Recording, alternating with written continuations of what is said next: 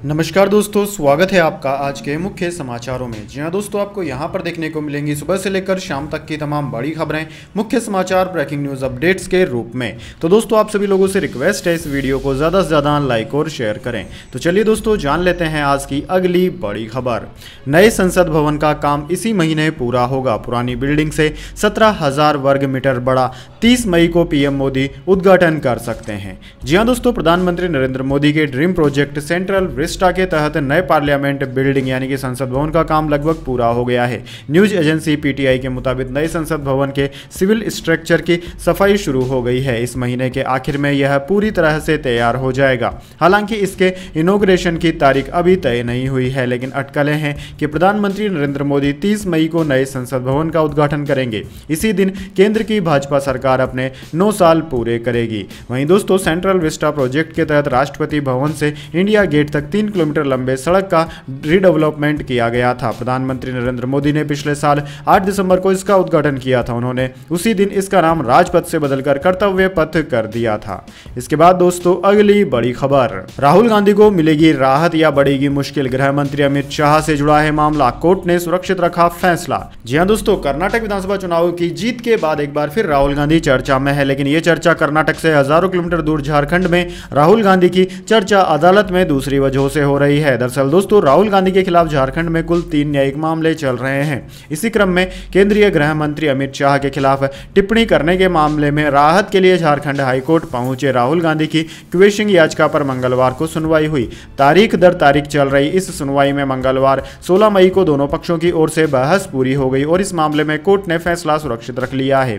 दोस्तों, आपकी जानकारी के लिए बता दें, अमित शाह के खिलाफ टिप्पणी मामले में चाईबासा कोर्ट में जो शिकायत वाद दर्ज की गई थी, उसको लेकर भी राहुल गांधी की ओर से झारखंड हाईकोर्ट में क्वेशिंग याचिका दाखिल की गई है, जिस पर अगली सुनवाई 18 मई को होनी है। दरअसल दोस्तों, अमित शाह के खिलाफ टिप्पणी मामले में प्रार्थी नवीन झा की ओर से रांची सिविल कोर्ट में शिकायत वाद दर्ज कराई गई थी, जिस पर संज्ञान लेते हुए निचली अदालत ने राहुल गांधी को समन जारी किया था। राहुल गांधी निचली अदालत के इसी फैसले के खिलाफ राहत को लेकर हाईकोर्ट पहुंचे हैं। इसके बाद दोस्तों, अगली बड़ी खबर, अब विदेशों में दवाई निर्यात करने से पहले क्वालिटी की होगी चेकिंग, मंत्रालय कर रहा है विचार। जी हां दोस्तों, केंद्रीय स्वास्थ्य मंत्रालय और फार्मास्यूटिकल विभाग ने नई नीति बनाई है। इस नीति में डीजीएफटी यानी कि डायरेक्टर जनरल फॉरेन ट्रेड से भी संपर्क किया गया और उनसे सुझाव लिए गए। विदेश में दवाई भेजने से पहले दवाई की टेस्टिंग रीजनल या सेंट्रल ड्रग टेस्टिंग लैब में की जाएगी। इस आइडिया पर फिलहाल गंभीरता से विचार किया जा रहा है। गाम्बिया, उज्बेकिस्तान, अमेरिका जैसे देशों में भारतीय दवाई पर उठे सवाल के बाद नई नीति पर गंभीरता से विचार हो रहा है। अब तक एक्सपोर्ट लाइसेंस लेने के बाद कंपनियां सीधे विदेशों में दवाई का निर्यात करती थी और दवाओं की क्वालिटी चेक नहीं होती थी, लेकिन अब दवाओं की क्वालिटी चेक करने के बाद ही निर्यात हो सकेगा। विश्व स्वास्थ्य संगठन द्वारा गाम्बिया में बच्चों की मौत से जुड़ी एक भारतीय फर्म द्वारा बनाए गए 4 कप सिरप पर अलर्ट जारी किया गया था और इन सिरप को खतरनाक बताया गया था। डब्ल्यूएचओ ने 29 सितंबर को भारत में नियामक को सूचित किया था। इसके बाद परीक्षण किए गए 23 नमूनों में से 4 में डाइथिलीन ग्लाइकोल एथिलीन ग्लाइकोल पाया गया था। इस घटना के बाद भारत ने कफ सिरप बनाने वाली कंपनियों के प्रोडक्ट की क्वालिटी चेकिंग की, तो कुछ कंपनियों के प्रोडक्ट पर रोक लगा दी गई थी। इसके बाद दोस्तों, अगली बड़ी खबर, दिल्ली जाते वक्त डीके बोले काबिल हूं तो जिम्मेदारी मिलेगी। पार्टी मां हर जरूरत पूरी करती है, न धोखा दूंगा और न ब्लैकमेल करूंगा। जी हां दोस्तों, कर्नाटक में मुख्यमंत्री की रेस में शामिल डीके शिव कुमार बुलावे के एक दिन बाद मंगलवार को दिल्ली रवाना हो गए। हाईकमान ने डीके और सिद्धारमैया दोनों को सोमवार को ही दिल्ली बुलाया था। सिद्धारमैया पहुंच गए पर डीके खराब सेहत और घर में पाठ पूजा के चलते नहीं गए। न्यूज एजेंसी एएनआई ने डीके की दिल्ली रवानगी से पहले उनका इंटरव्यू लिया। डीके ने कहा कि पार्टी मां समान होती है, वो बच्चे की तरह जरूरत पूरी करती है, जिम्मेदारियां पार्टी देती है और अगर वो काबिल हुए तो जिम्मेदारियां मिल जाएगी। डीके ने कहा कि वो न धोखा देंगे और न ही ब्लैकमेल करेंगे। इसके बाद दोस्तों, अगली बड़ी खबर, राशन कार्ड धारकों की लगी लॉटरी। अब फ्री राशन के साथ ही सरकार बांट रही है पैसा, खाते में आएंगे इतने रुपए। जी हां दोस्तों, राशन कार्ड रखने वालों के लिए अच्छी खबर है। दरअसल दोस्तों, अगर आप भी राशन कार्ड धारक हैं तो अब आपको फ्री राशन के साथ ही सरकार की तरफ से पैसा भी मिलेगा। दरअसल दोस्तों, केंद्र और राज्य सरकार की तरफ से समय समय पर कार्ड धारकों को कई सुविधाएं दी जाती है। अब आपको सरकार पैसा भी ट्रांसफर करेगी, लेकिन इसका फायदा कुछ ही राशन कार्ड धारकों को मिलेगा। इसके अलावा दोस्तों जून 2021 में तेल की कीमतों में इजाफा होने पर सरकार ने तेल का वितरण करना बंद कर दिया था और इसकी वजह से कार्ड धारकों को 250 रुपए हर महीने देने का ऐलान किया है। फिलहाल राज्य सरकार ने अब इस राशि को बढ़ाने पर भी विचार किया है। आपको बता दें कि सरकार अब इस पर 250 रुपए को बढ़ाने का विचार कर रही है। इस राशि को हरियाणा सरकार की तरफ से बढ़ाने का फैसला लिया गया है। माना जा रहा है कि इसको 250 से बढ़ाकर 300 रुपए कर दिया जाएगा। इसके बाद दोस्तों अगली बड़ी खबर, डर का माहौल मत बनाइए, सुप्रीम कोर्ट ने ईडी को दी हिदायत, छत्तीसगढ़ सरकार से जुड़ा है मामला। जी हां दोस्तों, छत्तीसगढ़ सरकार ने सुप्रीम कोर्ट में अर्जी दाखिल कर आरोप लगाया कि परिवर्तन निर्देशालय राज्य के आबकारी अधिकारियों समेत सूबे के मुख्यमंत्री भूपेश बघेल को मनी लॉन्ड्रिंग के मामले में फंसाने की कोशिश कर रहा है। इस मामले की सुनवाई करते हुए सुप्रीम कोर्ट ने ईडी को हिदायत दी कि वे डर का माहौल न बनाए। सुप्रीम कोर्ट में छत्तीसगढ़ सरकार की ओर से पेश वरिष्ठ वकील कपिल सिब्बल ने दलील दी कि राज्य के आबकारी विभाग से जुड़े बहुत से अधिकारियों ने शिकायत की है कि ईडी उन्हें और उनके परिवारजनों को गिरफ्तार करने तथा खुद मुख्यमंत्री को इस केस में फंसाने की धमकी दे रहे हैं। इस वजह से अधिकारी आबकारी विभाग में काम करने को तैयार नहीं है। कपिल सिब्बल ने कहा कि यह खतरनाक स्थिति है। इसके साथ ही उन्होंने आरोप लगाते हुए कहा कि चूंकि चुनाव नजदीक है इसलिए यह सब हो रहा है। ईडी पूरी तरह से बौखला सी गई है और जांच के नाम पर परेशान कर रही है। हालांकि दोस्तों केंद्रीय एजेंसी की ओर से पेश हुए अतिरिक्त महाधिवक्ता एस.वी. राजू ने इन आरोपों का खंडन किया। उन्होंने दलील दी कि ईडी सिर्फ राज्य में हुए इस घोटाले की तहकीकात की अपनी जिम्मेदारी निभा रही है। इस पर दोस्तों सुप्रीम कोर्ट ने टिप्पणी की कि जब आप यानी कि ईडी इस तरह से व्यवहार करते हैं तो मकसद साफ होने के बावजूद आप शक के दायरे में आ जाते हैं। आप भय का माहौल न बनाएं। इसके बाद दोस्तों अगली बड़ी खबर, कश्मीर में G20 समिट पर यूएन को भारत का जवाब, कहा घाटी में माइनॉरिटीज का कोई इशू नहीं, आपके अफसर के आरोप बेबुनियाद।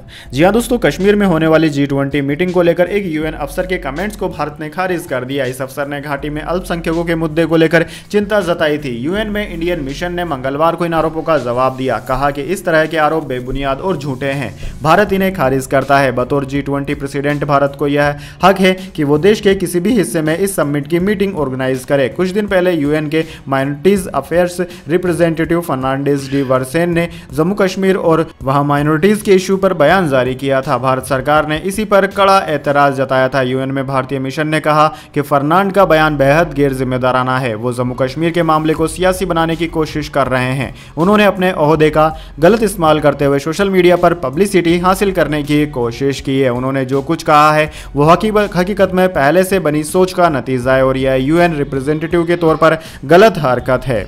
इसके बाद दोस्तों अगली बड़ी खबर, अश्विनी वैष्णव का बड़ा ऐलान, अब मोबाइल गुम हो जाए तो नहीं होगी कोई टेंशन, इस तरह से कर पाएंगे निगरानी। जी हां दोस्तों, आजकल हर किसी के पास मोबाइल उपलब्ध है। मोबाइल अब जीवन का एक अहम उपकरण बन गया है जिसके बिना जिंदगी का गुजारा मुश्किल नजर आता है। वहीं मोबाइल जब खो जाता है तो लोग काफी टेंशन में आ जाते हैं क्योंकि मोबाइल में अहम जानकारियां होती है। वहीं लेकिन दोस्तों केंद्रीय दूरसंचार मंत्री अश्विनी वैष्णव ने कहा है कि अब संचार साथी पोर्टल के माध्यम से लोग पुराने उपकरणों को खरीदने से पहले उसकी सत्यता की जांच कर सकेंगे। वैष्णव ने कहा कि संचार साथी पोर्टल का पहला चरण CIR केंद्रीय उपकरण पहचान रजिस्टर है। यदि आपका मोबाइल फोन खो जाता है तो आप इस पोर्टल पर जा सकते हैं। कुछ पहचान संबंधी सत्यापन करने होंगे और उसके तुरंत बाद पोर्टल पर कानून परिवर्तन एजेंसियां और दूरसंचार कंपनी के संपर्क में आप आ जाएंगे। आपके खोए हुए फोन को ब्लॉक कर दिया जाएगा। ऐसे में अगर आपका फोन कोई चुरा भी लेता है तो वह उसे बेच भी नहीं पाएगा। इसके बाद दोस्तों अगली बड़ी खबर, सुप्रीम कोर्ट में इमरान के स्वागत पर चीफ जस्टिस की सफाई, कहा मैं तो सबका वेलकम करता हूं। 19 मई को खान की पेशी है। जी हां दोस्तों, पिछले हफ्ते सुप्रीम कोर्ट में इमरान खान को गुड टू सी यू और wish you all the best कहने वाले चीफ जस्टिस उमर अता बंदियाल ने इस मामले पर इशारों में सफाई दी। दरअसल दोस्तों मंगलवार को एक केस की सुनवाई के दौरान बंदियाल ने सीनियर लॉयर असगर सब्जुआरे ने कहा कि गुड टू सी यू यानी कि आपको देखकर खुशी हुई। कुछ देर रुककर चीफ जस्टिस ने आगे कहा कि इमरान खान से भी मैंने यही कहा था, इसके लिए मुझे ताने दिए जा रहे हैं लेकिन मैं तो अक्सर यही कहता हूं। दूसरी तरफ लाहौर के एंटी टेररिज्म कोर्ट ने इमरान को आतंकवाद से जुड़े एक मामले में सुनवाई के लिए 19 मई को पेश होने को कहा है। खान अल कादिर ट्रस्ट केस सहित कई मामलों में फिलहाल वह जमानत पर है। इसके बाद दोस्तों अगली बड़ी खबर, धीरेन्द्र शास्त्री के हिंदू राष्ट्र वाले बयान पर नीतीश का पलटवार, बोले पूजा पाठ का अधिकार नीति तय करने का नहीं है। जी हां दोस्तों, बाबा बागेश्वर वाले पंडित धीरेन्द्र शास्त्री पर बिहार के मुख्यमंत्री नीतीश कुमार पहली बार बोले। उन्होंने कहा कि किसी को देश के संविधान का उल्लंघन करने का अधिकार नहीं है। किसी को भी अधिकार है कि वह पूजा पाठ करे, लेकिन देश की नीति तय नहीं कर सकता। किसी को दूसरे धर्म में हस्तक्षेप करने का अधिकार नहीं है। अगर कोई कुछ बोल रहा है तो उस पे क्या कहें, सभी को अपना धर्म मानने की आजादी है। नीतीश कुमार ने कहा कि कोई कुछ इधर उधर नहीं कर सकता। किसी धर्म के खिलाफ किसी को नहीं बोलना चाहिए। देश के संविधान को इससे फर्क नहीं पड़ेगा। कर्नाटक विधानसभा चुनाव में कांग्रेस की जीत पर नीतीश ने कहा कि पहले से पता था कि जीत होगी। हालांकि वह शपथ ग्रहण समारोह में मंगलोर जाने के सवाल को टाल गए। बिहार की राजनीति पटना में बाबा भागेश्वर धाम यानी कि धीरेन्द्र कृष्ण शास्त्री के कार्यक्रम का मंगलवार को चौथा दिन था। दोस्तों, हनुमान कथा के दौरान धीरेन्द्र शास्त्री ने मन से ही बड़ी बात कही। उन्होंने कहा कि भारत के हिंदू राष्ट्र बनने का सपना बिहार से ही पूरा होगा। जिस दिन 13 करोड़ बिहारियों में से 5 करोड़ लोग अपने घर के आगे धर्म ध्वज और माथे पर तिलक लगाने लगेंगे, उसी दिन से देश हिंदू राष्ट्र की तरफ आगे बढ़ जाएगा।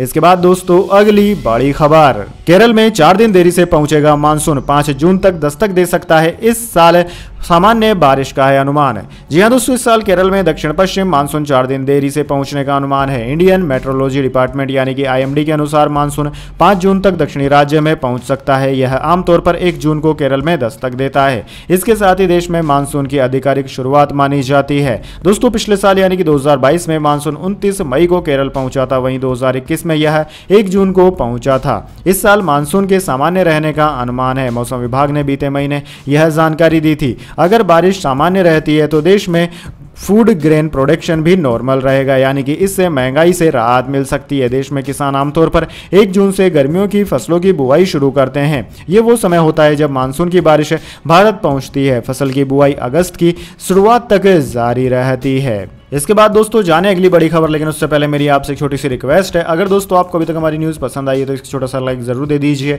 और अगर आपको पसंद नहीं आई है तो बेशक आप डिसलाइक भी कर सकते हैं। लेकिन दोस्तों लाइक और डिसलाइक जरूर कीजिए, क्योंकि दोस्तों यही हमारी मेहनत का फल होता है और इसी से हमें पता चलता है कि आपको हमारी वीडियोज़ पसंद आ रही है या नहीं। तो चलिए दोस्तों जान लेते हैं आज की अगली बड़ी खबर। सेंसेक्स 413 अंक गिरकर 61,932 पर बंद हुआ। निफ्टी भी 125 अंक टूटा। बैंक ऑफ बड़ौदा का नेट प्रॉफिट 168% बढ़ा। जी हां दोस्तों, शेयर बाजार में मंगलवार को गिरावट देखने को मिली। सेंसेक्स 413 अंक गिरकर 61,932 के स्तर पर बंद हुआ। निफ्टी में भी 125 अंकों की गिरावट रही और यह 18,273 पर बंद हुआ। दोस्तों, सेंसेक्स के 30 शेयरों में से 13 में तेजी और 17 में गिरावट देखने को मिली। BPCL, Coal India, ONGC, Bajaj Finance, NTPC, SBI, Infosys, Bajaj Finserv और विप्रो समेत निफ्टी 50 के 17 शेयरों में तेजी रही। वहीं कोटक महिंद्रा, टाटा मोटर्स, महिंद्रा एंड महिंद्रा, अपोलो हॉस्पिटल, मारुति, सन फार्मा, रिलायंस समेत निफ्टी के 33 शेयरों में गिरावट देखने को मिली। टॉप लूजर और टॉप गेनर्स की बात की जाए तो दोस्तों निफ्टी 50 के टॉप गेनर में BPCL, कोल इंडिया, ONGC और टॉप लूजर में कोटक महिंद्रा, टाटा मोटर्स और महिंद्रा एंड महिंद्रा रहे। इसके बाद दोस्तों अगली बड़ी खबर, क्रिप्टो फ्रॉड में नॉर्थ कोरिया के हैकर्स ने जापान को लगाया चूना, उड़ाए 5,927 करोड़ रुपए। जी हां दोस्तों, क्रिप्टो करेंसी का विस्तार दुनिया में जितनी तेजी से हुआ है उतनी ही तेजी से इससे जुड़े फ्रॉड की संख्या बढ़ी है। भारत समेत दुनिया भर में हैकर्स ने बड़े पैमाने पर क्रिप्टो की चोरी की है। ताजा मामला 5,927 करोड़ रुपए के फ्रॉड का है, जिसमें 2 देश शामिल हैं। दोस्तों, निक्कई की एक रिपोर्ट में UCO blockchain analysis provider elliptic की एक स्टडी के हवाले से बताया गया है कि उत्तर कोरिया से जुड़े हैकर ग्रुप ने 2017 के बाद से जापान से $721 मिलियन की क्रिप्टो करेंसी एसेट चुराए हैं। भारतीय करेंसी में यह आंकड़ा 5,927 करोड़ रुपए बनता है। यह अमाउंट ग्लोबल लेवल पर ऐसे कुल नुकसान के 30% के बराबर है। यह रिपोर्ट 7 वित्त मंत्रियों के ग्रुप और केंद्रीय बैंक के गवर्नरों की तरफ से शनिवार को जारी किए एक बयान के बाद सामने आई है, जिसमें उन्होंने स्टेट एक्टर्स द्वारा क्रिप्टो एसेट की चोरी जैसी अवैध गतिविधियों से बढ़ते खतरों का मुकाबला करने के उपाय का समर्थन करने की बात कही। इसके बाद दोस्तों अगली बड़ी खबर, LIC की सुपर हिट स्कीम, हर महीने सिर्फ 7,572 रुपए करें निवेश, मैच्योरिटी पर मिलेंगे 54 लाख रुपए। जी हाँ दोस्तों, भारतीय जीवन बीमा निगम यानी कि LIC अपने ग्राहकों के लिए बहुत सी लाभकारी योजनाएं चलाता है, जिनमें हर उम्र के लोगों के लिए पॉलिसी मौजूद है। इसी में से एक है LIC का जीवन लाभ पॉलिसी। LIC जीवन लाभ सेफ्टी और सेविंग दोनों के बेनिफिट प्रदान करती है। दोस्तों, इस स्कीम में निवेश करने के बाद आपको मैच्योरिटी के समय एक मुश्त राशि मिलती है। इस पॉलिसी में आपको हर महीने सिर्फ 10,572 की बचत करनी होती है और आप अपने भविष्य के लिए 54 लाख रुपए जोड़ सकते हैं। यह एक सीमित प्रीमियम भुगतान और गैर लिंक्ड योजना है। दोस्तों, यह पॉलिसी धारक की मौत के मामले में परिवार को वित्तीय सहायता प्रदान करती है। इसके साथ ही अगर मैच्योरिटी तक पॉलिसी धारक जीवित रहता है तो उसे मोटा पैसा भी मिलता है। इस योजना के तहत निवेशकों को अपने मर्जी से प्रीमियम की राशि और अवधि चुनने का भी अधिकार होता है। इसके बाद दोस्तों अगली बड़ी खबर, एनएसई ने लॉन्च किया नया फ्यूचर कॉन्ट्रैक्ट। अब F&O सेगमेंट के तहत WTI क्रूड ऑयल और नेचुरल गैस में भी कर सकेंगे ट्रेड। जी हां दोस्तों, नेशनल स्टॉक एक्सचेंज ने सोमवार को WTI क्रूड ऑयल और natural gas future contracts launch कर दिए हैं। इसके साथ ही अब फ्यूचर एंड ऑप्शन सेगमेंट के तहत WTI क्रूड ऑयल और नेचुरल गैस में भी ट्रेड कर सकेंगे। दोस्तों, इसके लिए market regulator securities and exchange board of India यानी कि सेबी ने पिछले महीने एनएसई को मंजूरी दी थी। इस मंजूरी के बाद एनएसई ने CME ग्रुप के साथ एक डेटा लाइसेंसिंग एग्रीमेंट किया, जिसमें NYMEX प्लेटफॉर्म पर भारतीय रुपए में WTI crude oil and natural gas के ट्रेड और डेरिवेटिव्स कॉन्ट्रैक्ट्स को सेटल कर सकेंगे। दोस्तों, एनएसई के chief business development officer Shriram Krishnan ने कहा कि मार्केट पार्टिसिपेंट्स का भरोसेमंद एक्सचेंज बना हुआ है, जिसका कारण हाई लेवल सिक्योरिटी और लचीलेपन के साथ मजबूत टेक्नोलॉजी प्लेटफॉर्म है। इसके बाद दोस्तों अगली बड़ी खबर, तमिलनाडु सरकार बोली थिएटर्स ने खुद हटा दी केरल स्टोरी, लोग फिल्म देखने आ ही नहीं रहे थे, हम सुरक्षा दे सकते हैं, दर्शक नहीं। जी हां दोस्तों, द केरल स्टोरी फिल्म से जुड़े मामले में सुप्रीम कोर्ट में मंगलवार को सुनवाई हुई। तमिलनाडु सरकार ने कोर्ट में अपना जवाब दाखिल करते हुए कहा कि उन्होंने फिल्म पर बैन नहीं लगाया है, दर्शक खुद ही फिल्म देखने नहीं जा रहे हैं। इसके चलते थिएटर मालिकों ने फिल्म की स्क्रीनिंग बंद कर दी। तमिलनाडु सरकार की तरफ से दायर एक हलफनामे में कहा गया है कि सरकार थिएटर्स में सुरक्षा दे सकती है, दर्शकों को नहीं ला सकती। मल्टीप्लेक्स मालिक खुद फिल्म नहीं लगाना चाहते, ये डिसीजन उनका है। उन्होंने फिल्म से जुड़ी आलोचनाओं, बड़े सितारों की कमी और खराब प्रदर्शन के चलते स्क्रीनिंग बंद की है। इसमें राज्य सरकार की कोई भूमिका नहीं है। दोस्तों, तमिलनाडु सरकार ने फिल्म मेकर्स के शेडो बैन करने के आरोप का भी खंडन किया। सरकार ने कहा कि फिल्म को 19 मल्टीप्लेक्स में रिलीज किया गया था और फिल्म मेकर्स के पास ऐसा कोई लिखित में सबूत नहीं है जिसमें सरकार की तरफ से फिल्म स्क्रीनिंग बंद करने की बात कही गई हो। इसके बाद दोस्तों अगली बड़ी खबर, एक कैलेंडर ईयर में टेस्ट, वनडे, T20 और IPL में शतक, दिग्गजों क्लब में शामिल हुए शुभमन गिल। जी हां दोस्तों, भारतीय टीम की सलामी बल्लेबाज शुभमन गिल ने IPL में भी अपने शतकों का सूखा खत्म कर दिया है। उन्होंने सनराइजर हैदराबाद के खिलाफ मैच में 101 रन की शानदार पारी खेली। यह IPL में उनका पहला शतक है। वह गुजरात टाइटंस के लिए शतकीय पारी खेलने वाले पहले बल्लेबाज भी हैं। इस शतक के साथ ही उन्होंने दिग्गजों के खास क्लब में भी जगह बना ली है। दोस्तों, शुभमन गिल दुनिया के सिर्फ तीसरे बल्लेबाज है जिन्होंने एक कैलेंडर ईयर में अपने देश के लिए तीनों फॉर्मेट में शतक लगाया हो, इसके बाद IPL में भी शतकीय पारी खेली हो। खास बात दोस्तों यह है कि गिल ने 2023 में सिर्फ 5वें महीने में ही यह कारनामा कर लिया है। गिल से पहले श्रीलंका के महिला जयवर्धने ने 2010 में और ऑस्ट्रेलिया के डेविड वार्नर ने 2019 में ऐसा कारनामा किया था। दोस्तों, साल 2023 में शुभमन गिल शानदार फॉर्म में है। वह इस साल 5 महीनों के अंदर 6 शतक लगा चुके हैं। इसकी शुरुआत श्रीलंका के खिलाफ वनडे मैच में 116 रन की पारी से हुई। इसके बाद न्यूजीलैंड के खिलाफ वनडे में 208 रन बनाए और इसी सीरीज में 112 रन की पारी भी खेली। न्यूजीलैंड के खिलाफ T20 सीरीज में भी उन्होंने 126 रन की नाबाद पारी खेली। इसके बाद ऑस्ट्रेलिया के खिलाफ टेस्ट सीरीज में 128 रन बनाए। इसके साथ ही गिल 2023 में भारत के लिए तीनों फॉर्मेट में शतक लगाने वाले पहले खिलाड़ी बन गए। अब दोस्तों, शुभमन गिल ने गुजरात टाइटंस के लिए 101 रन की पारी खेली है। वह इस टीम के लिए शतक बनाने वाले पहले खिलाड़ी हैं। उन्होंने IPL में पहली बार शतकीय पारी खेली है। इससे पहले दोस्तों कोहली और रैना इस क्लब में शामिल थे, अब वो भी इस क्लब में शामिल हो चुके हैं। इसके बाद दोस्तों अगली बड़ी खबर, विधानसभा चुनाव में हार के बाद केंद्रीय मंत्री ने दिए संकेत, हटाए जा सकते हैं प्रदेश बीजेपी अध्यक्ष। जी हां दोस्तों, केंद्रीय मंत्री प्रहलाद जोशी ने मंगलवार को संकेत दिया है कि कर्नाटक विधानसभा चुनाव में पार्टी की हार के बाद प्रदेश भाजपा अध्यक्ष नलिन कुमार कतील को बदला जा सकता है। कतील पहले भी अपना 3 साल का कार्यकाल पूरा कर चुके हैं। दक्षिण कन्नड़ के से 3 बार लोकसभा सदस्य रहे कतील को अगस्त 2019 में 3 साल के कार्यकाल के लिए राज्य इकाई प्रमुख नियुक्त किया गया था। 2023 के विधानसभा चुनाव को देखते हुए उन्हें पिछले साल सेवा विस्तार दिया गया था। दोस्तों, 10 मई को वे चुनाव में कांग्रेस ने बीजेपी को सत्ता से बेदखल कर दिया है। 224 सदस्यीय विधानसभा में कांग्रेस को 135 सीटें मिली, जबकि भाजपा को 66 और जद को 19 सीटें मिली। धारवाड़ से लोकसभा सदस्य और केंद्रीय संसदीय कार्य, कोयला व खान मंत्री जोशी ने कहा कि भाजपा विधायक दल पार्टी के केंद्रीय नेतृत्व के प्रतिनिधि की मौजूदगी में चर्चा के बाद फैसला करेगा कि विधानसभा में विपक्ष का नेता कौन होगा। उन्होंने कहा कि मैं सिर्फ इतना कहना चाहूंगा कि उनका 3 साल का कार्यकाल समाप्त हो गया है। चुनाव के मद्देनजर हमारे राष्ट्रीय नेताओं ने उन्हें जिम्मेदारी दी थी, हमारे नेता अब आगे फैसला करेंगे। इसके बाद दोस्तों अगली बड़ी खबर, सिसोदिया बोले पीएम को संविधान का पालन करना चाहिए। आईएएस ट्रांसफर पोस्टिंग मामले में दिया रिएक्शन, सीबीआई केस में कस्टडी 2 जून तक बढ़ी। जी हां दोस्तों, दिल्ली के पूर्व डिप्टी सीएम मनीष सिसोदिया ने शुक्रवार को कहा कि प्रधानमंत्री मोदी को संविधान का पालन करना चाहिए। उनकी यह टिप्पणी दिल्ली में ब्यूरोक्रेट्स के ट्रांसफर पोस्टिंग के मुद्दे पर सुप्रीम कोर्ट के फैसले के बाद आई। दरअसल दोस्तों 11 मई को सुप्रीम कोर्ट ने कहा था कि दिल्ली सरकार को सर्विसेज पर विधायी और कार्यकारी अधिकार हैं। सीबीआई केस में रिमांड खत्म होने के बाद आप नेता को 12 मई को दिल्ली के राउज एवेन्यू कोर्ट में पेश किया गया। कोर्ट ने उनकी न्यायिक हिरासत 2 जून तक बढ़ा दी है। कोर्ट सीबीआई की चार्जशीट पर भी अगली तारीख पर विचार करेगी। कोर्ट से बाहर निकलते वक्त सिसोदिया ने मीडिया के सवालों का जवाब देते हुए पीएम को यह सलाह दी। तो दोस्तों यह थी आज की तमाम बड़ी खबरें। इसके बाद दोस्तों बारी आती है आज के माइंड क्यूज क्वेश्चन की। जी हां दोस्तों, एक आसान से सवाल का जवाब देकर आप जीत सकते हैं एक अमेजिंग सरप्राइज गिफ्ट हमारे यूट्यूब चैनल की ओर से। तो दोस्तों आज का सवाल आपकी स्क्रीन पर आ चुका है।